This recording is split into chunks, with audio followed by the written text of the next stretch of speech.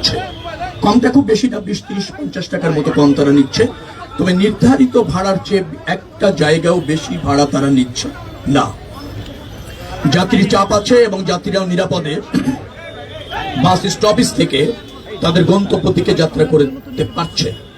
শৃঙ্খলার সাথে বাসগুলি আছে এবং যে বাসটাই আসছে যাত্রীরা অপেক্ষা করছেন টিকিট কেটে এবং তারা নিয়মিতভাবে এই স্টেশন ছেড়ে যেতে পারছেন। হয়তো আজকে সরকারি ছুটি অফিস করেই হবে, সেই কারণে বিকেলে হয়তো সন্ধ্যার দিকে চাপ বাড়বে। সেই বাড়তি চাপ কিভাবে মোকাবেলা করা যায়, যাত্রীদের ওই বাড়তি যখন চাহিদা থাকবে টিকিটের এবং বাসের, সেটাও কিভাবে তারা ফুলফিল করবে সেই ধরনের প্রস্তুতি আমরা দেখলাম যে তারা নিয়েছে। যথেষ্ট সংখ্যক বাস এখানে স্টপেজে রাখা গিয়েছে, যত্রতত্র পার্কিং নাই, শৃঙ্খলাও আছে। আমি মনে করছি যে একটা স্বস্তির নিরাপদ ঈদ যাত্রা এবার আমাদের জনগণ আমাদের বাস স্টপেজ অথবা ধরেন ট্রেন স্টেশন অথবা লঞ্চ স্টেশন থেকে নিশ্চিতভাবে পেতে চলেছে বলব না, তাদের খুশিতেই নিচ্ছেন। আমরা বলেছি যত কম রাখা যায়, নির্ধারিত ভাড়ার চেয়ে কম টাকায় অনেক সময় তারা যাত্রী নিতে অভ্যস্ত অতীতে। কারণ যাত্রী যখন চাপ কম থাকে, যাত্রীকে আকৃষ্ট করার জন্য নির্ধারিত ভাড়ার থেকে 100 টাকা কমে তারা এটা সার্ভিসটা দেন। এখন তারা যেটা করছেন, অনেকে ওই জায়গায় আছেন যে কমটা নিতেন সেই কমের মধ্যেই আছেন। ধরেন নির্ধারিত ভাড়া 700 টাকা, তারা 600 টাকায় প্যাসেঞ্জার নিতেন, এখন 600 টাকায় নিচ্ছেন। অনেকে 700 টাকা নির্ধারণ ভাড়া হয়তো 700 নিচ্ছেন, কেউ আবার 20 টাকা কম নিয়ে 680 দিচ্ছেন। অর্থাৎ নির্ধারিত ভাড়া ক্রস করেছে এরকমের কোন নজির আমি গত 7 দিনে পাইনি কোথাও। এখানে ভিজিলেন্স টিম এখানে আছে, এখানে কন্ট্রোল রুম আছে পুলিশের। যে কোনো যাত্রী কমপ্লেন করলে তাৎক্ষণিক ব্যবস্থা নেওয়া হবে এবং আমরা 24 ঘন্টা তৎপর আছি। 24 ঘন্টা। আমি আপনাকে একটা উদাহরণ দিই। কালকে আমার কাছে মোবাইল একজন মেসেজ পাঠিয়েছেন, রংপুরে তার কাছে 100 টাকা ভাড়া ক্লেম করা হয়েছে বেশি।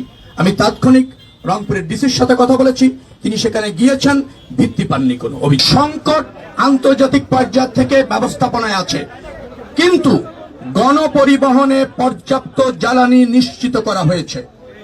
যে গণপরিবহনের মালিকরা এখানে আছেন, গতকাল রাত থেকে নিশ্চিত করা হয়েছে গণপরিবহনে পর্যাপ্ত তেল সরবরাহ করা হবে।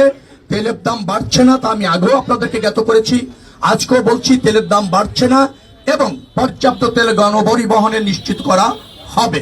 কোথায় গিয়ে তেল পাচ্ছে না আমাকে বলেন, কোন পাম্পে গিয়ে পর্যাপ্ত তেল পাচ্ছে না? মালিক সমিতির নেতারা এখানে আছেন, বিচ্ছিন্নভাবে না, আপনাদের সমিতির নেতারা এখানে আছেন, আমাকে জ্ঞাত করেন, তেল দেওয়ার দায়িত্ব আমার পাচ্ছেন। ফিটনেসবিহীন গাড়ি চলা আমরা সম্পূর্ণভাবে নিষিদ্ধ এবং নিরুৎসাহিত করছি, কন্ট্রোল করছি, আমাদের মনিটরিং টিম দেখছে।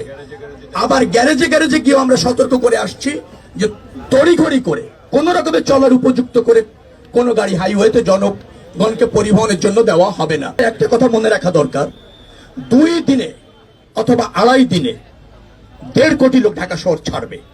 আপনার রাস্তা, আপনার যে পরিবহন সক্ষমতা, এটার উপর একটা বড় চ্যালেঞ্জ এবং চাপ, সেটা মাথায় রেখে আমাদের সবকিছু করতে হচ্ছে। মনে রাখা দরকার, পৃথিবীর কোন শহর নাই 2 দিনে 1.5 কোটি লোক ডিপার্চার করে। খুব কম শহরই আছে যেখানে 1.5 কোটি লোক বসবাস করে।